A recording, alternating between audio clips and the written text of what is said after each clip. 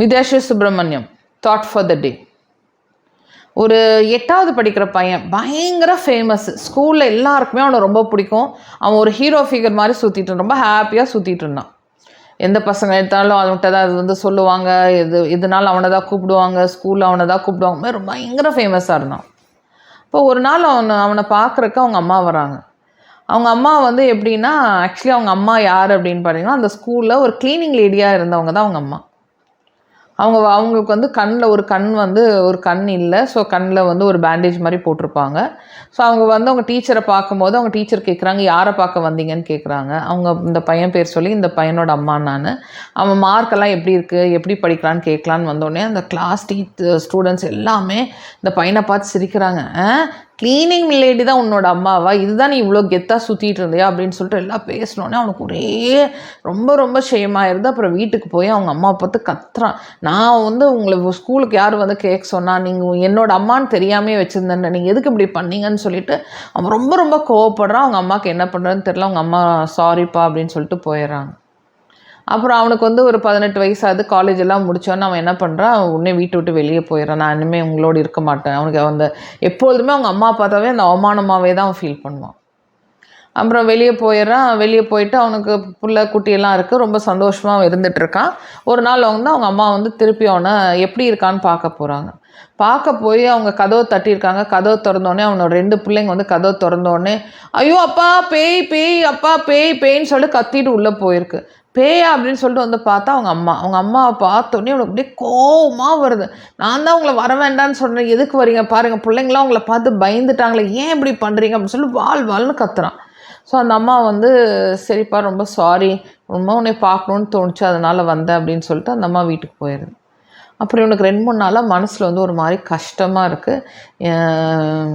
சரி போய் அம்மா போய் பார்க்கலாம் அப்படின்னு சொல்லிட்டு அவன் போகும்போது பார்த்தா அவங்க கார்டனில் எல்லாம் கூட்டாமல், வாசல்லாம் கூட்டாமல் ஒரே குப்பையாக மண் அடிச்சிருந்துச்சு.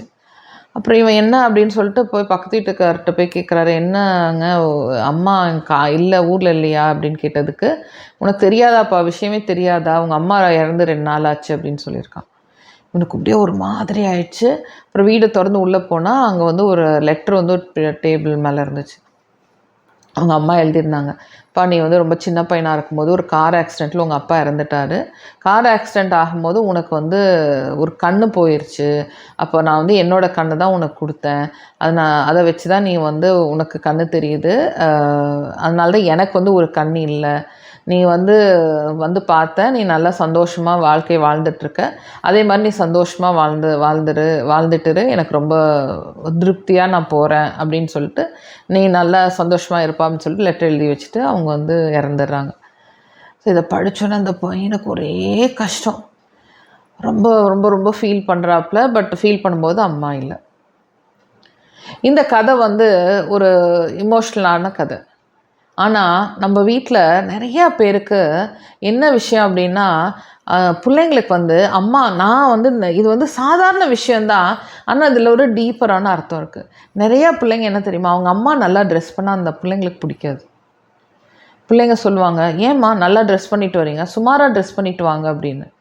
பிள்ளைங்களுக்கு நீங்கள் புரிய வைக்கணும், நம்ம எப்படி இருந்தாலும் ஃபஸ்ட்டு அவங்க அக்செப்ட் பண்ணணும். அவங்க ஒரு ஃபிகர் ஞாபகம் வச்சுக்கணும். அம்மானா இப்படி தான் இருக்கணும், எங்கள் அம்மா 50 வயசில் இப்படி தான் இருக்கணும், இப்படி தான் ஒரு சாரீ கட்டியிருக்கணும், இப்படி தான் தலைக்கு டை போடக்கூடாது, இப்படி தான் பழசாக தெரியணும், இப்படி தான் ஓல்டாக தெரியணும். அவங்க ஒரு விஷயம் வச்சுருக்காங்க. இது சின்ன பிள்ளைலேருந்து சொல்லிக் கொடுக்கணும். என்ன சொல்லிக் கொடுக்கணும் அப்படின்னா, நம்மளோட லைஃபு அவங்களோட லைஃப். ஸோ நான் உனக்கு அம்மாவா, உனக்கு நான் செக்யூரிட்டி கொடுப்பேன், உனக்கு பாதுகாப்பு கொடுப்பேன், உனக்கு சாப்பாடு கொடுப்பேன், உனக்கு மென்டலாக நீ வளர்கிறதுக்கு உனக்கு ஹெல்ப் பண்ணி எல்லாம் பண்ணுவேன். ஆனால் எனக்கும் சுதந்திரம் இருக்குது, எனக்கும் ஒரு பேலன்ஸ் இருக்குது, எனக்கும் என்னோடய லைஃப் இருக்குது அப்படின்னு சொல்லி நீங்கள் புரிய வைக்கணும். ஸோ சில விஷயங்கள் உங்கள் பிள்ளைங்களுக்கு பிடிச்ச மாதிரி பண்ணுங்கள். எல்லா விஷயங்களும் உங்கள் பிள்ளைங்களுக்கு பிடிச்ச மாதிரி பண்ணாதீங்க.